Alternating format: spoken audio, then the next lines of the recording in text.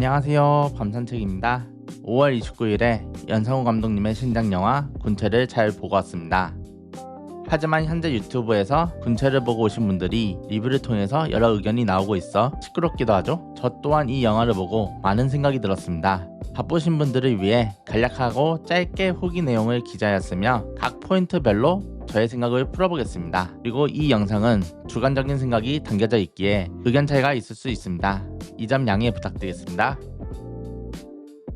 영화의 제작비가 거의 200억이 들었는데 돈이 들어간 만큼 좀비의 분장이나 인원수, 장소, 소품, 그리고 연출까지 신경 쓴 점이 보여집니다. 아포칼립스 영화이다 보니 돈이 적게 들 수는 없지만 이 영화에 돈이 상당히 투자되었기에 각본의 질을 떠나서 영화 자체의 퀄리티는 좋아 보였습니다. 그렇기에 아무 생각 없이 이 영화를 보면 재밌긴 합니다. 제가 이 영화를 볼 때 왜 군체는 이전 작품인 부산행만큼 긴장감이랑 압박감을 왜 못 느꼈을까? 라는 생각을 해봤습니다. 그런데 의외로 답은 간단했습니다.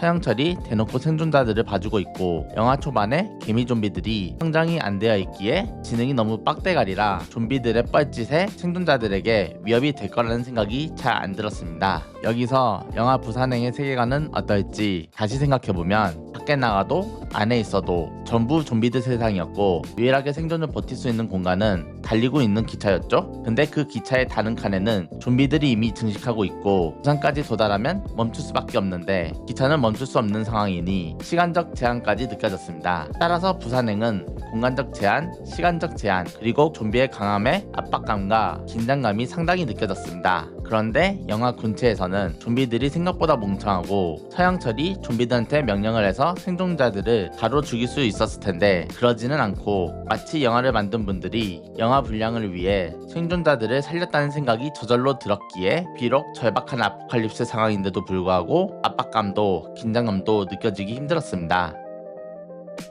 세 번째는 권세정과 생존자들이 좀비를 피하기 위해 건물 안 가게에서 문을 잠궈 전등을 끄고 숨을 죽이며 지켜보는 상황에 건너편 스시집에 일진 학생들 2명과 왕따 학생 1명 그리고 스시집 직원들이 좀비들에게 위협당하는 것을 목격합니다. 그런데 정의감 넘치던 권세정 뿐만 아니라 한규성, 최한희, 최한석 등등 대부분의 생존자들이 쓸데없는 희생정신을 가지고 학생들을 구하러 갑니다. 심지어 최한희는 다리가 불편한 장애를 가지고 있는데도 불구하고 자신의 전동차를 좀비 유인용으로 희생합니다. 분명히 최한희는 전동차가 없으면 움직이지도 못하면서 본 적도 없는 학생들을 위해 전동차를 유인용으로 희생을 합니다. 이런 모습을 보면 인물들이 참 정이 많고 정의심이 넘쳐서 좀비 세상인데도 불구하고 의미 없이 훈훈함이 느껴졌습니다. 첫 번째로 생각하는 설정상 오류는 생각이 없는 경찰과 정부라고 생각합니다. 좀비로 감염된 사람들이 있는 둥우리 빌딩이 총 30층 정도 됩니다. 그중 1층당 적어도 10마리 이상의 좀비가 있습니다. 그러면 1층당 10마리라고 치면 이 빌딩에는 총 300마리 정도의 좀비가 있겠죠? 근데 투입된 경찰은 많아봤자 30명 정도입니다. 즉 인간보다 힘이 센 좀비가 300마리 이상이 있는데도 경찰은 고작 30명 정도 투입시켰습니다. 아무리 이들이 훈련을 받았어도 경찰들 한 명 한 명 김도한도 아니고 30대 300을 어떻게 이길 생각을 하는지 이해가 안 됩니다. 물론 경찰들이 좀비들을 전부 죽이진 않겠지만 경찰들은 이미 서영철이라는 주동자가 개미 좀비들에게 명령을 할 수 있는 것도 알고 있고 서영철이 좀비들한테 명령을 내려서 300마리의 좀비들을 한 곳으로 모을 수 있었을 텐데 영화 속 경찰들은 아무 생각 없이 인원을 고작 30명을 좀비의 본거지에 투입시킨 건지 이해하기 힘들었습니다. 두 번째 설정상 오류는 8마리 이상이 되는 좀비들이 권세정한테 뛰어드는 장면에서 세정은 좀비들을 막기 위해 철제로 된 트롤리로 8마리나 되는 좀비를 막습니다. 네? 네, 맞습니다. 8마리 좀비를 세정 혼자서 철제 트롤리를 이용해서 좀비를 막아냈습니다. 좀비 한 마리당 인간의 힘이랑 똑같거나 훨씬 강력합니다. 그런데 세정 혼자서 8마리 좀비를 철제 트롤리로 막았다는 겁니다. 아무리 위급한 상황에서 극한의 힘이 나왔다고 해도 좀비 8마리가 힘으로 밀어내면 하남의 뼈는 당연히 부러질 테고 적어도 순간적인 힘으로 세정의 몸은 확 밀려야 정상인데 세정이 혼자서 8마리의 좀비를 힘으로 이겨냈다는 것은 말이 안 된다고 생각이 들었습니다.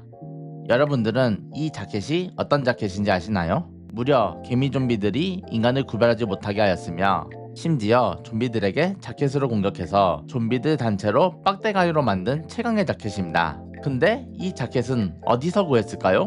권세정이 길바닥에서 주운 자켓입니다. 물론 그 자켓은 좀비 냄새가 가득히 묻어서 좀비들이 적인지 구분 못했다는 것은 이해했다고 치죠. 근데 저걸 입어서 탈출할 생각은 왜 영화의 끝바지에 생각을 했을까요? 영화의 초반에도 생존자들이 충분히 냄새로 좀비들을 혼란시키기도 했고 좀비의 냄새로 가득 묻은 자켓은 그 당시에도 얼마든지 있었습니다. 심지어 그냥 좀비들이 입던 거 그대로 빼 입을 수도 있었을 텐데 그걸 영화 다 끝나갈 때쯤에 교수인 권세정이 드디어 생각했다는 것에 어이없게 느껴졌습니다.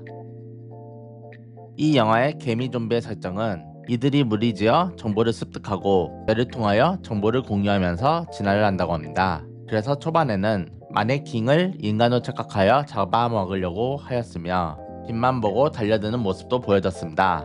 그리고 이들이 진화를 하면서 CCTV를 조작할 수 있게 되고 핸드폰의 문자를 보고 정보를 서로 공유를 합니다. 하지만 모종의 원인으로 인하여 좀비들이 빡대가리가 돼서 뇌가 초기화가 됩니다. 그로 인하여 최종 빌런한테 너무 어이없는 상황이 일어나 영화가 허무하게 끝납니다. 상당히 진화를 한 좀비들과 서영철을 생존자들이 이길 가망성이 없어 보이니까 좀비들 능력을 너프시키지 않았을까 생각을 하게 되었습니다. 영화 군체는 현재 기준 200만 이상 돌파할 정도로 좋은 성과를 보여주고 있습니다. 그만큼 주목도 많이 받고 있고 안 좋은 소리도 많이 들리지만 결과적으로 보았을 땐 좋은 성과를 보여주고 있습니다. 아무 생각 없이 이 영화를 본다면 눈이 즐겁기에 재밌게 볼 수 있다고 생각은 하지만 설정 하나하나 따진다면 너무 아쉬운 작품이라고 생각합니다.